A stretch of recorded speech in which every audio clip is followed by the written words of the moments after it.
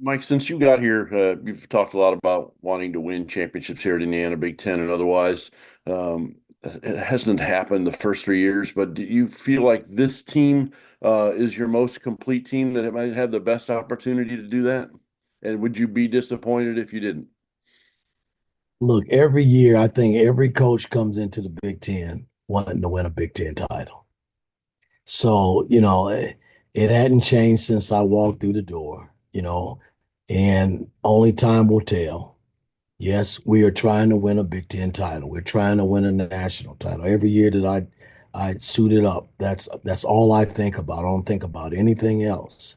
So, yeah, I'm hoping this team can have a shot, a legitimate shot in winning a Big Ten title. Seth, and then Mike. Yeah, Mike, just wondering if there's any update on Kanan and Anthony coming out of the weekend and on how Trey and Jakai held up physically after seeing the court on Friday. Well, Kanan is still not, he didn't do a whole lot in practice the other day, but I'm hoping today, because they had the day off yesterday, we practiced the next day after the ball game, that he's ready to practice today. And I'll get that here in a few. Um, Jakaya, he was a sore the next day, which you expected. Um, Gallo passed the test, which was great. He didn't have any complaints. He practiced the next day, had the yesterday off. So I'm hoping that he's can log more minutes now. I'm hoping. That's my thought process, going into Wednesday. Mike, and then Jack. Yeah, good morning, Coach. I wanted to ask you about, having so much new personnel this year as you do every year. Are you on the defensive side of the court? Are you tinkering with new concepts that fit these guys, or how are you approaching defense this year, and what are your early impressions on that end of the court? Well, I always thought our defense was somewhat ahead of our offense, and I like where we are defensively, but we still got a ways to go. There are a number of things that we're going to try to do differently, a little bit anyway.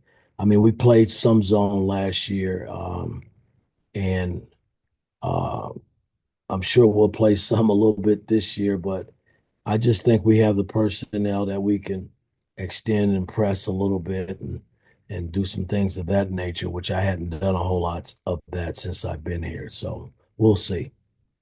Jack, and then Zach. Hey Mike, when you were recruiting Bryson Tucker, is there a moment that stands out to you watching him play that really like solidified that you wanted him at Indiana? I saw Bryson 3 years ago when he was at IMG.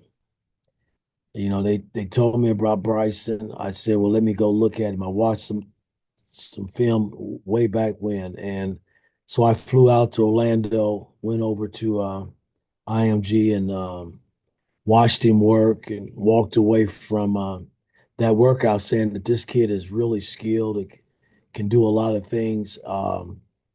But I was told that, he might go to Duke and we probably wouldn't have a shot in getting him. So, I kind of walked away from it. He never played on the AAU circuit, so you never had a shot to see him really play. Um, and after we lost Lil McNeely, I got the call, from his dad, and asking me, did I still have interest in his young man? And I said, absolutely. I'll be on the plane tomorrow um, to to talk to you about him. And one thing led to another, and we were able to get him here in Indiana. Zach Browning, then Alex.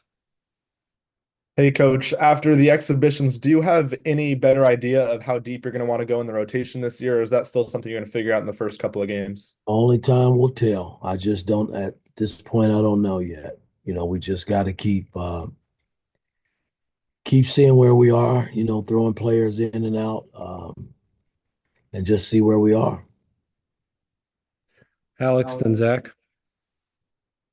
I'm curious when you have this many new pieces, and obviously you've got a couple of games here early on before South Carolina. comes in, what do you really? I mean, obviously you want to go in and win every game, but are there certain things you want to see out of this team in its first couple games that make you feel good about where they're headed and progress since the first exhibition games? Guys, I take it one game at a time. You talking about South Carolina and these next two? We got SIU on our schedule next.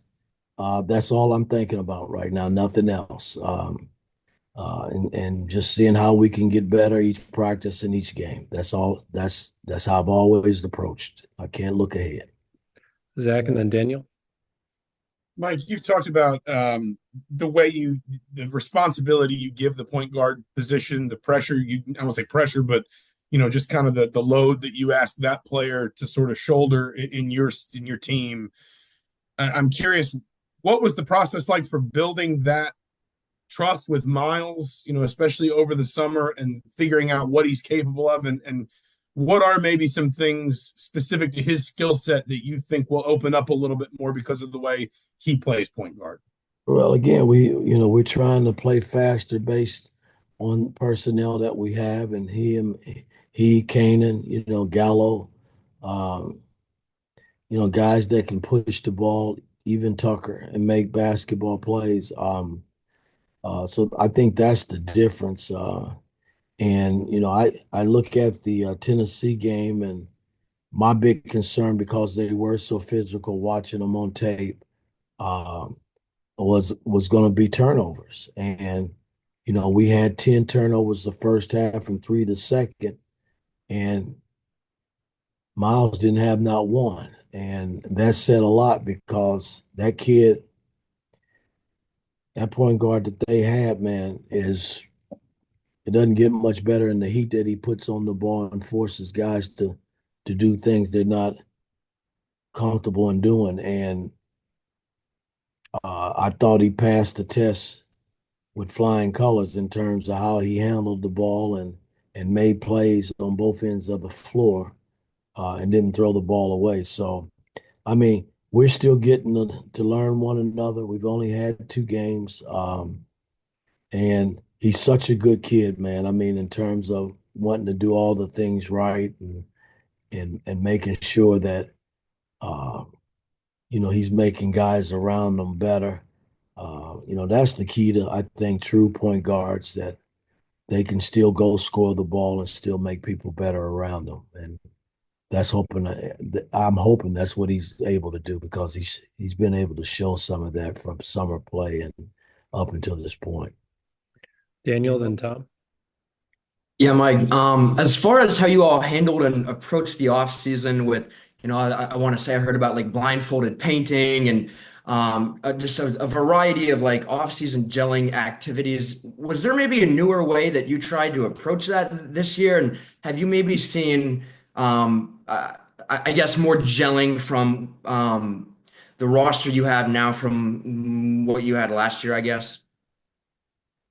Well, there's no doubt the roster is a lot deeper than what we had last season. But we had to go get more players. I mean, we had to go get 7 players. Um, and we had to fill a lot of different spots. Bigs, we had to get bigs, we had to get wings, and we had to get some perimeter guys that could truly handle the ball and make basketball plays. So only time will tell, man. Again, when you assemble a lot of guys on a team, everybody's got to learn what's going on, and then everybody's got to be on the same page in terms of the direction where I think this team should go. So, we're still in the building stages and still trying to take it, like I said, one practice at a time and one game at a time. That's all you could do at this early stage. Last question, Tom Brew. Mike, your first couple of years, Trace was a leading scorer most nights, just sort of by the way things went. But this team's got so many weapons, yeah, really at all 5 spots and even off the bench. Do you envision this team sort of maybe having a different top scorer every night and a lot of variety in that during the course of the year? I think when you put teams together, the cream will rise to the top in terms of who will show who's the leading scorer. I mean, I've always believed that. And but it won't be just that guy. I mean, the way we've kind of built this team, there's a number of guys that can score the ball, and it might not be your night that night. You just if it's not, then make somebody else's night better. That's kind of been my approach with this team because of so many guys that are used to having the ball and used to scoring the basketball. Everybody can't score it at one time, so we're going to have to learn to share it. And when you got opportunities to score the ball, you score it, and you go back on the other end and play defense and rebound the ball, and let's see if we can go back down and score again. So I mean, that's kind of where I am with this team because we do have a lot of different guys that can score the ball, and it can be anybody's night on any given night. All right, thanks, guys. We'll see you on Thank you, Wednesday. Mike. All right, guys.